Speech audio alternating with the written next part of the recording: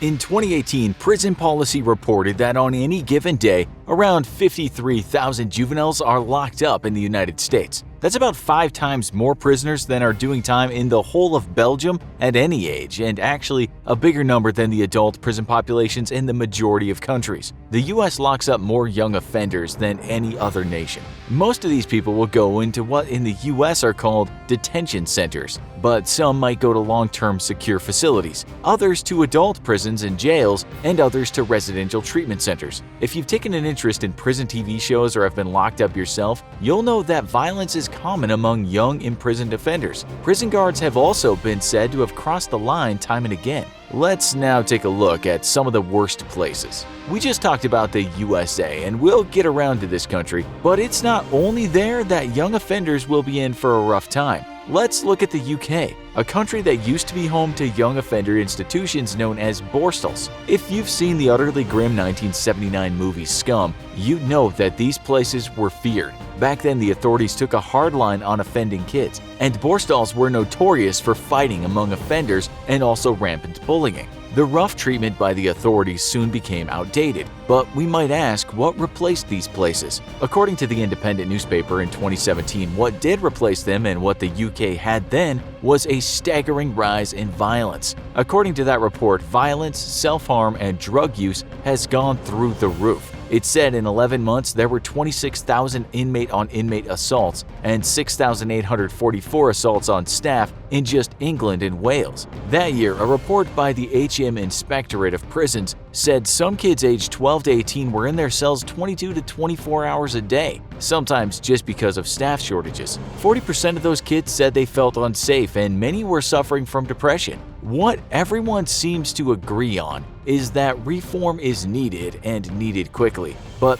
what about the worst place? One notorious place is called Aylesbury Young Offender Institution, but that's only for people aged 18 to 21. The BBC cited a report in 2019 which said some of those youngsters are some of the most disruptive and challenging young men in the prison system. It's understaffed, violence is rife, illegal substances are everywhere, and assaults on guards are up. The same has happened at a place called Parks Prison Juvenile Unit, and there everyone is aged under 18. The BBC reported that many offenders dare not leave their cells. It's also said that 3 out of every 5 young lads felt intimidated by staff, and a third of the offenders said they felt in danger each day. Again, staff shortages and a lack of funds were to blame. In fact, you can read some British media that tell you that youth prisons in the UK are worse than adult prisons in terms of violence. One young offender said this in an interview about how his days sometimes go. So they're gonna come and smack you up, so you gotta smack them down before they put you down. You're fighting to survive so you don't get wiped out. If you die, you die. That's how it goes. It's perhaps a big indictment of youth prisons in the UK that one prison inspector said a place called Bryns Young Offenders Institution was the worst prison he had visited in the UK, and he meant including adult prisons. Reformers have asked that this dangerous and squalid center be shut down. Apparently, the level of violence might not be as high here, but many inmates only get 45 minutes to an hour a day outside of their cells. These cells have been called by some reformers unfit for human habitation.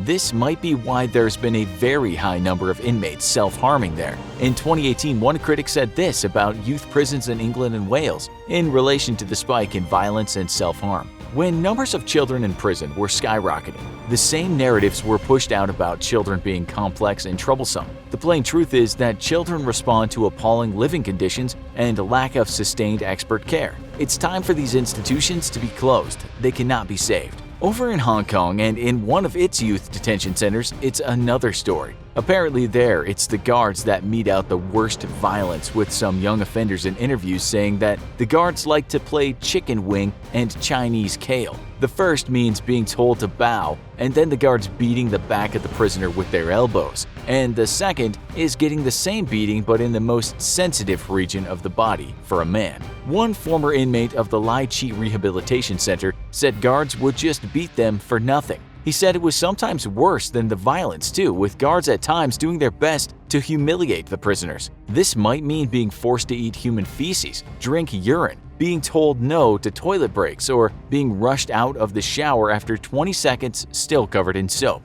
They wanted to break the kid's spirit, said the former prisoner. A Hong Kong newspaper wrote about this, saying officers in juvenile prisons tend to use tougher, more violent and humiliating measures to treat the prisoners. Because of this, and because it seems that kids cannot or dare not complain, in 2017 the United Nations Committee report on the Convention Against Torture and Other Cruel, Inhumane or Degrading Treatment or Punishment stated that this needs to be investigated. It seems here the system itself is more to blame for the violence and depravity, not kids fighting among themselves. Now, let's have a look at the USA. With so many youngsters behind bars in that country and with so many gangs, you'd think the places where the young do their time are not so pleasant. This is what someone said about a place called Walnut Grove. A picture of such horror as should be unrealized anywhere in the civilized world.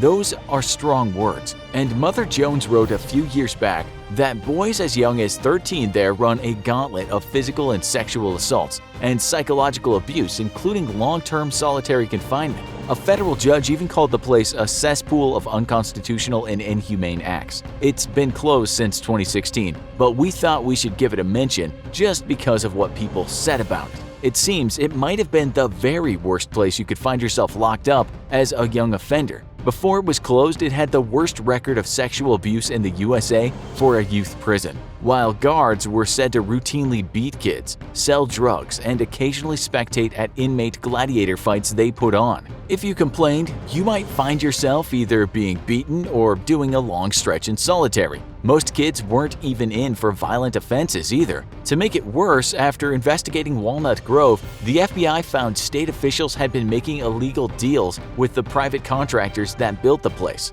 The Marshall Project wrote that in the US there are 80 such youth prisons. It said there is one thing you need to know about them, and that is they're harsh, dangerous, and isolated. In that case, it might be hard to pick out the very worst, and we could say it would be hard to beat Walnut Grove in terms of terror. Still, we found numerous reports in recent years that said New York's Rikers Island is one place where young offenders have faced cruelty. Investigations talk about abuse of adolescents and the mentally ill, while the standout case was the beating death of an 18-year-old inmate back in 2008. Worst still, it's said the 2 inmates that beat him to death were part of something called the Program. An investigation revealed that this was a secret society run by correctional officers at Rikers Island to extort and beat other inmates. In 2012, another investigation revealed violence was still used by guards with impunity. Did things change? Well, in 2018, the New York Times wrote that solitary confinement for anyone under the age of 22 was banned.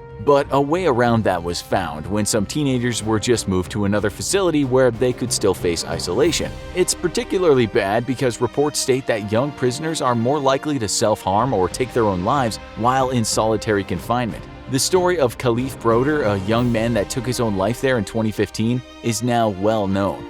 Then there's the Lincoln Hills Youth Facility in Irma, Wisconsin, one of the biggest youth prisons in the USA. Several investigations have taken place after what the media called allegations of abuse, neglect, and excessive use of force. One investigation said pepper spray was used regularly on youth prisoners, and so were isolation tactics. We read one report that said this place might be closing, but it seems it's still there. We should say that guards have described many youth detention centers as chaos, and in many youth facilities such as Lincoln Hills, they have been seriously injured. One guard said in a TV interview in 2019 that every second of the job you are in danger. He talked about 16-hour shifts back-to-back with guards under constant and immense stress. He said that Lincoln Hills was underfunded and the young inmates that end up there were the worst of the worst and seen as cases that can't be helped. While a judge ruled that young inmates were subjected to abuse and their civil rights were taken away from them, this 20-year veteran of Lincoln Hills said he never saw such abuse.